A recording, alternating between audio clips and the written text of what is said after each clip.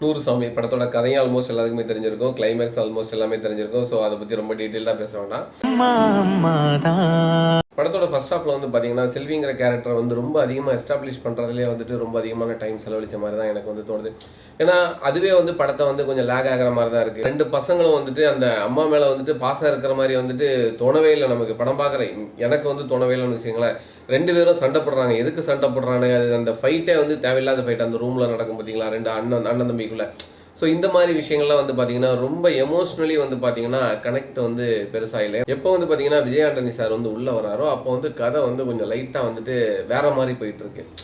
அந்த அவங்க 2 பேருக்கு ஒன்றான அந்த டைலாக்ஸ் ஆகட்டும், அந்த புரிதல் ஆகட்டும், இதெல்லாம் வந்து பார்த்தீங்கன்னா ரொம்ப அழகாக வந்துட்டு ஸ்க்ரீனில் வந்து பார்க்கறதுக்கு வந்து நல்லா இருக்கு.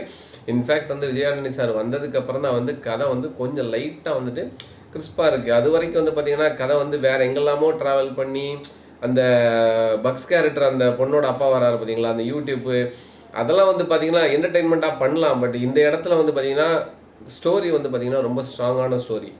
அந்த இடத்துல வந்து தேவையில்லாமல் வந்து ஒரு சில காமெடி சீக்வன்ஸ் எல்லாம் உள்ள நுழைச்சி அது பெருசாக கனெக்டும் ஆகலாம்னு வச்சுங்களேன். என்னை பொறுத்தவரை வந்து பார்த்தீங்கன்னா சசி சாரோட எல்லா படங்களில் இருக்கிற அந்த எமோஷனல் பாண்டிங் வந்து இந்த படத்தில் மிஸ் ஆகிற மாதிரி தான் தோணுதுங்க. ஆக்டிங் வைஸ் பார்த்தீங்கன்னா 2 பசங்களை மட்டும் இல்லை, இந்த படத்தையும் வந்துட்டு தன்னோட தோளில் தூக்கி சுமந்துருக்கிறது யாருன்னு வந்து பார்த்தீங்கன்னா செல்விங்கிற கேரக்டர் வச்சு சுவாசிக்கலாம்.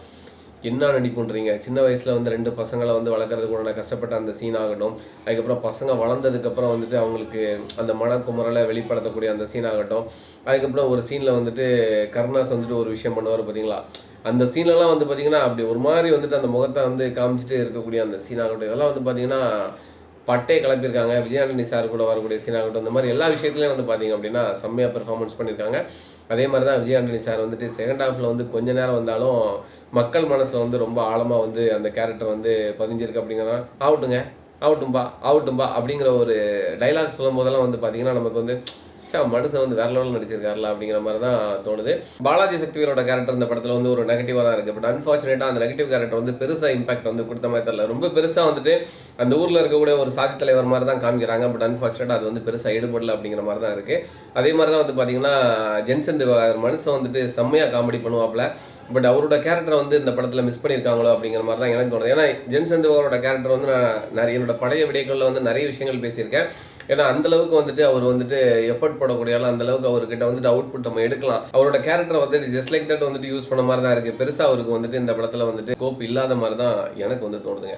அஜய் தேசன் ஆகட்டும், சக்தி ஆகட்டும், முனிஷ்காந்த் ஆகட்டும், அதுக்கப்புறம் பக்ஸ் ஆகட்டும், வினோதினி ஆகட்டும், இவங்க எல்லாருமே அவங்களுக்கு கொடுத்த கேரக்டர் எல்லாம் பண்ணியிருக்காங்க. அதோட ப்ளஸ் என்னன்னு வந்து பார்த்தீங்கன்னா ரொம்ப சென்சிட்டிவான ஸ்டோரிங்க. இது வந்துட்டு லைட்டாக பசங்களாலும் வந்துட்டு ஸ்டோரி வந்து வேறு மாதிரி மாறிடும். அந்த விஷயத்தில் வந்து டேரக்டர் வந்து பாராட்டி ஆகணும். அவர் என்ன திங்க் பண்ணியிருக்காரோ and based on real incident வந்து அவர் என்ன திங்க் பண்ணியிருக்காரோ அதை வந்துட்டு ஸ்க்ரீனில் வந்து ப்ரெசென்ட் பண்ணியிருக்காரு. ஸோ அந்த விஷயத்தில் வந்து பார்த்தீங்கன்னா டேரக்டர் கண்டிப்பாக பாராட்டி ஆகணும். பட் நெகட்டிவ் என்னன்னு வந்து பார்த்தீங்கன்னா ஏற்கனவே சொன்ன மாதிரி தான் படம் வந்து நிறைய லேக் இருக்கிற மாதிரி இருக்குது. அண்ட் காமெடி ட்ராக் அங்கங்கே வச்சுருக்காங்க. அது வந்து பார்த்தீங்கன்னா நிறைய விஷயத்தில் செட் ஆகலை. இந்த மாதிரி விஷயங்கள்லாம் அவாய்ட் பண்ணி ஒரு சென்சிட்டிவான கேரக்டர் வந்து ரொம்ப ஸ்ட்ராங்கான ரைட்டிங்கில் கொண்டு வந்தாங்க அப்படின்னா இன்னும் இந்த படம் வந்து நல்லா இருந்திருக்குமோ அப்படிங்கிற மாதிரி தான் எனக்கு தோணுது. ஸோ டெக்னிக்கலி வந்து பார்த்தீங்கன்னா பாலாஜி ஸ்ரீராமோட மியூசிக் வந்துட்டு படத்தில் வந்து ரொம்ப அதிகமாக வந்துட்டு ஒர்க் அவுட் ஆயிருக்கு அப்படிங்கிற மாதிரி சொல்லலாம். நிறைய சாங்ஸ் வந்து பார்த்தீங்கன்னா ஸ்க்ரீனில் பார்க்கும்போது ரொம்ப நல்லா இருக்குது. அதுக்கப்புறம் சினிமாட்டோகிராஃபி அந்த கள்ளக்குறிச்சி ஏரியா ஆகட்டும், அதுக்கப்புறம் வந்துட்டு அந்த கரும்பு தோட்டம் இருக்குது பார்த்தீங்களா, அதில் கரும்பு வெட்டும் போது உள்ள சீன் ஆகட்டும், அதுக்கப்புறம் கள்ளக்குறிச்சி ஊர் அதை சுற்றி காமிக்கிறதாகட்டும், அந்த கிராமப்புறத்தை காமிக்கிறதாகட்டும், இந்த மாதிரி எல்லா விஷயத்துலையுமே வந்து பார்த்தீங்கன்னா சினிமாட்டோகிராஃபி வந்து ரொம்ப அருமையாக இருக்குங்க. எடிட்டிங் பற்றி பார்த்தீங்க அப்படின்னா லைட்டாக இன்னும் கொஞ்சம் அங்கங்கே கத்திரி போட்டிருந்தாங்க அப்படின்னா அந்த லேக் வந்து இருந்திருக்கு. அது நமக்கு படம் பார்க்கும்போது ஏன்னா பொதுவாகவே வந்து பார்த்தீங்கன்னா இந்த மாதிரி படங்கள் வந்து ரொம்ப ஸ்லோவாக தான் போகும். ஏன்னா கதை நமக்கு ஏற்கனவே தெரிஞ்சிருக்கு. அதுக்கப்புறம் கிளைமேக்ஸும் இப்படி தான் நடக்க போகுது அப்படிங்கிறது தெரிஞ்சு தான் வந்துட்டு ஆடியன்ஸ் வந்து நம்ம உள்ளே வரோம். அப்படி இருக்கும்போது வந்து பார்த்தீங்கன்னா இன்னும் கொஞ்சம் கிறிஸ்பாக வந்துட்டு அது எடிட்டிங்லேயோ இல்லை ஸ்டோரியிலையோ அவங்க வந்து கொடுத்துருந்தாங்க அப்படின்னா படம் இன்னும் நல்லா இருந்திருக்கும் அப்படிங்கிற மாதிரி தான் எனக்கு வந்து தோணுதுங்க. சோரல் வந்து பார்த்தீங்கன்னா நூறுசாமி வந்து நிஜமாவே வந்து சமூகத்துக்கு தேவையான சமூகத்துக்கு கொடுக்க வேண்டிய ஒரு மெசேஜை வந்து கொடுத்துருக்காங்க. அதில் எந்த விதமான மாற்று கருத்துமே இல்லை. உண்மையிலே 42 வயசாக இருக்கக்கூடிய ஒரு பொண்ணுக்கு அண்ட் தோளுக்கு மேலே வளர்ந்த 2 பசங்களை இருக்கக்கூடிய ஒரு பொண்ணுக்கு வந்துட்டு மறுமணம் பண்ணணும் அப்படின்னா உண்மையிலே இந்த சமூகத்தில் எந்தெந்த மாதிரியான பிரச்சனைகள் வரும் அப்படிங்கிறத வந்துட்டு இன்னும் ரொம்ப ஸ்ட்ராங்காக சொல்லிட்டு இந்த தேவையில்லாத அந்த காமெடி ட்ராக்லாம் படத்துலேருந்து எடுத்திருந்தாங்க அப்படின்னா படம் வந்து இன்னுமே ஒரு படி நல்லா இருந்திருக்கும் அப்படிங்கிற மாதிரி தான் தோணுது. ஸோ நீங்கள் இந்த படத்தை பார்த்துட்டீங்க அப்படின்னா உங்களோட ஒப்பீனியன் என்ன அப்படிங்கிறத மறக்காம எனக்கு சொல்லுங்கள். மீண்டும் இதே மாதிரி இன்னொரு வீடியோலாம் சந்திக்கலாம். டாடா பாய்.